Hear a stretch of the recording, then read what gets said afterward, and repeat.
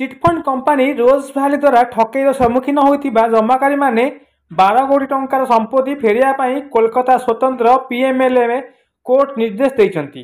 रोज भैली 14टी स्थायी जमाकारी मैंने 11 कोटी 19,35,358 टंका रखिथिले। उक्त अर्थ को कोलकाता हाईकोर्ट अवसरप्राप्त विचारपति दिलीप कुमार सेठ अध्यक्षतार गठित आसेट डिस्पोजाल कमिटी हस्तांतर कमिटी की करने निर्देश दिखाई। कमिटी यही अर्थ को क्षतिग्रस्त जमाकारी को पैठ कर 2014 परिवर्तन निर्देश मैंने ईडी रोज भैली ग्रुप यार अध्यक्ष गौतम कुंडू नाम मामला रुजु करथिया बेले एहांकु अरेस्ट करथिले।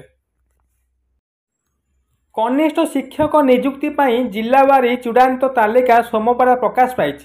केवल 3टी जिला को छाड़ी बाकी समस्त जिलार वेबसाइट रे तालिका उपलब्ध होईछि।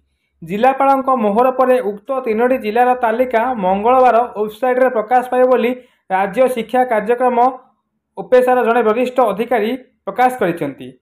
एहा परे सेमानंकु नियुक्ति देवाई ऑनलाइन रे काउंसिलिंग आरंभ हेबो।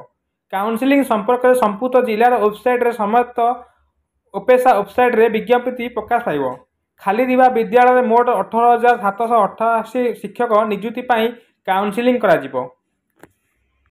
संसद भवन सम्मेलन कक्ष में सोमवार प्रधानमंत्री नरेंद्र मोदी को ओडिशार समस्त 20 भाजपा लोकसभा एमपी और जड़े राज्यसभा सदस्य भेटिଛନ୍ତି।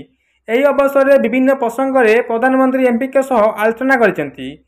सामाजिक गणमाध्यम पर विशेष ध्यान देवाकू कहिसेंती प्रधानमंत्री मोदी। तेबे प्रधानमंत्री को साक्षात करिया समय बरगड़ एमपी प्रदीप पुरोहित सह जोगाजोग करथिलु। से कहिसेंती जे प्रधानमंत्री ओडिशा किंबा देशर राजनीतिक प्रसंग में कौन आलोचना करनाहांती। प्रथमे समस्त सहित परिचित है हाथ हाथ किए अधिक समय के जीति से विषय में आलोचना कर।